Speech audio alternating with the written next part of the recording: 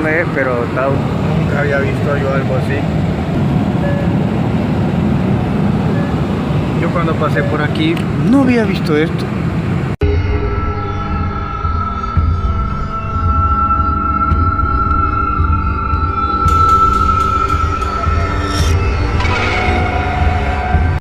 ¿Cómo están, amigos? Bienvenidos a una edición a tu canal El Conocimiento Prohibido. Muchas gracias a todos. Fíjense de que las veces que he estado en México, el cual es el país que también amo mucho, yo viví ahí por bastante tiempo. Cuando me daba una vuelta por los museos, así también en los de México, como en algunos de Suecia y el de Grecia, me daba cuenta que existe una morfología muy distinta y no humana.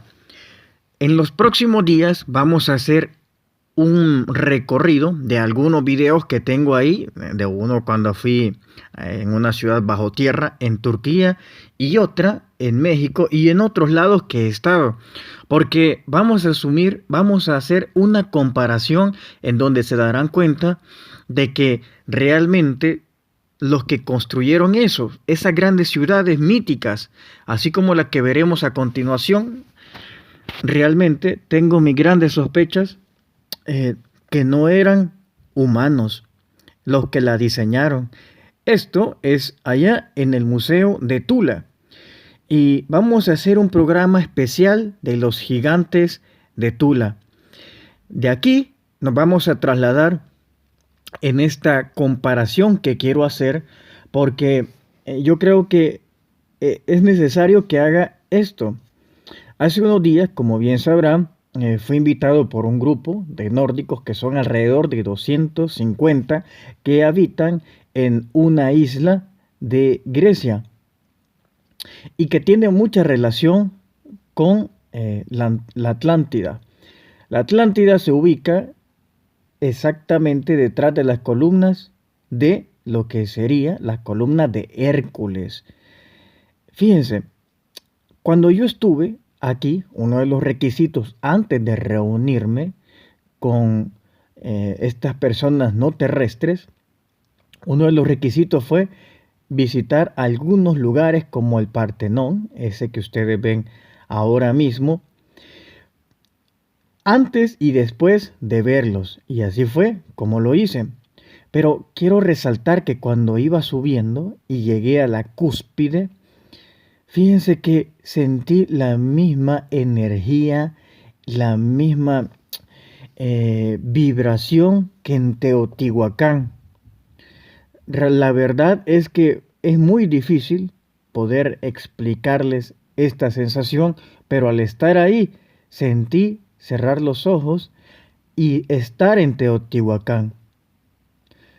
Hay una gran semejanza entre estos dos lugares.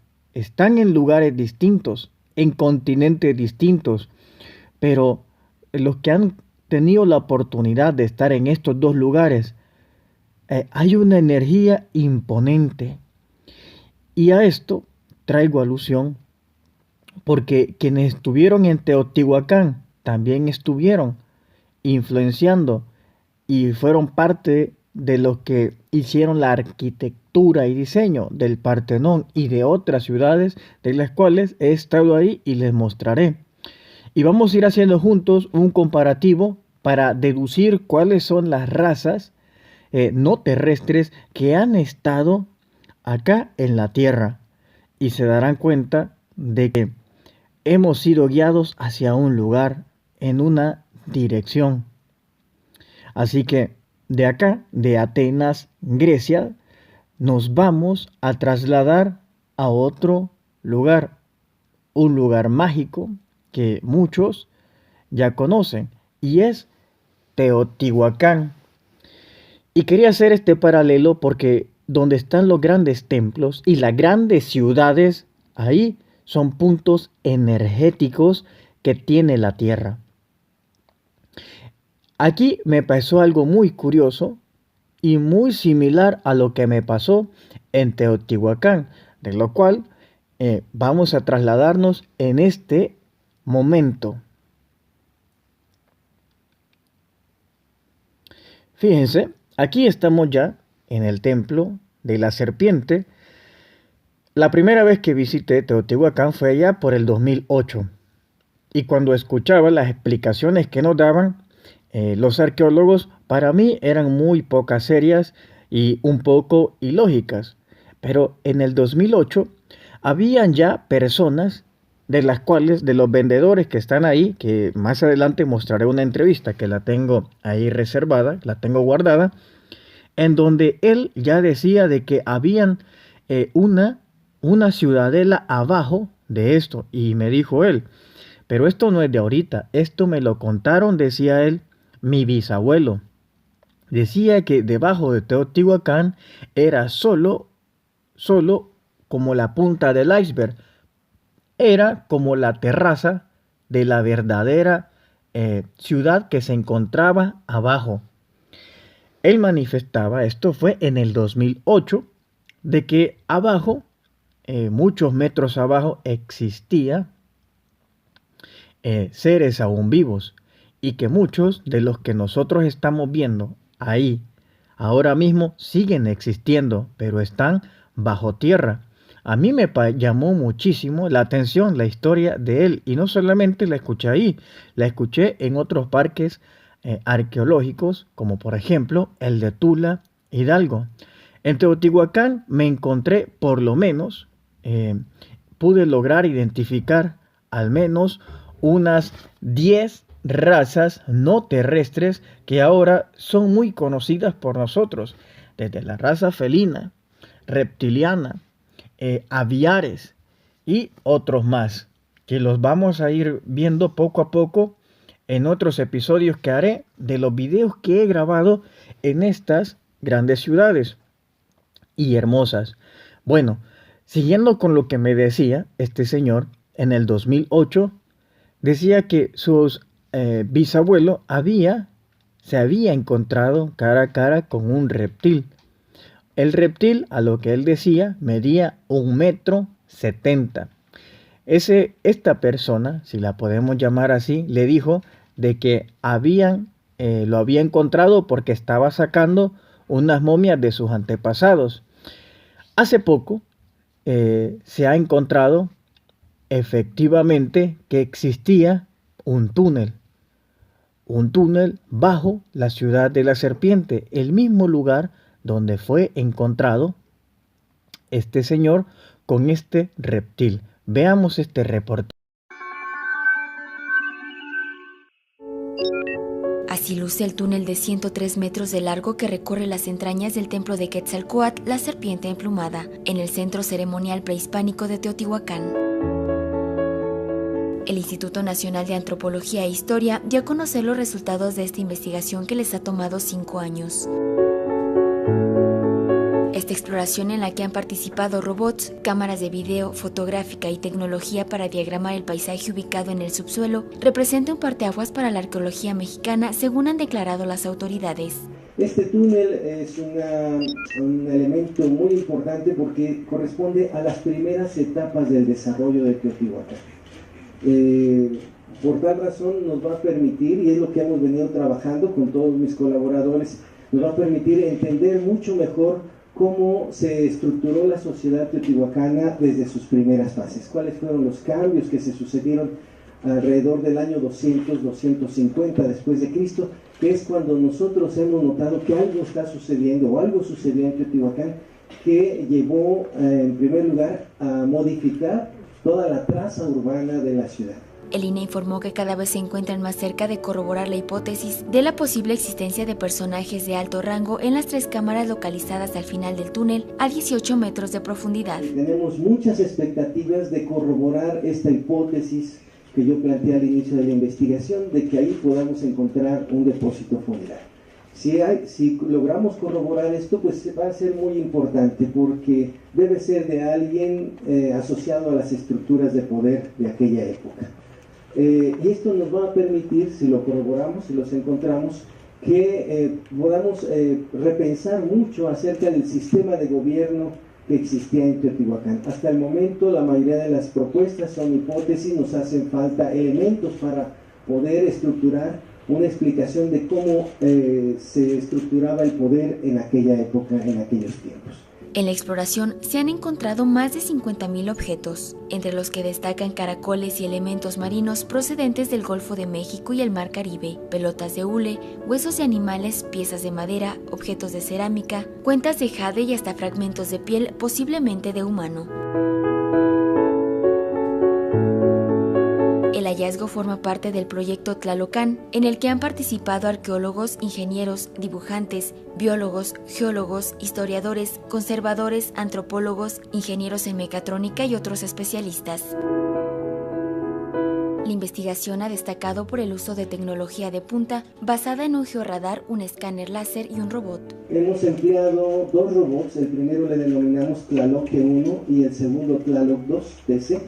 Equipos construidos por un estudiante del Instituto Politécnico Nacional, Hugo Guerra, que fue el que ideó la construcción de estos equipos y nos permitieron tener las primeras imágenes de un lugar al que nadie había accedido por lo menos en 1800 años. Este robot nos sirvió porque pudimos evaluar las condiciones en las que estaba el túnel y planear, diseñar la mejor estrategia para llevar a cabo la investigación. A partir de fechamientos por carbono 14, se ha podido determinar que ese pasaje subterráneo localizado en 2003 funcionó del principio de nuestra era al 250 después de Cristo. Y según los arqueólogos, por su configuración y los elementos que se han localizado, este túnel es una metáfora del inframundo. Bueno amigos, como ustedes escucharon, es un gran proyecto el que se dio, pero destaco 2 cosas. La número 1, destaco de que esta persona cuando me lo contó fue en el 2008. Este hallazgo fue ahí por los años 2012-2013.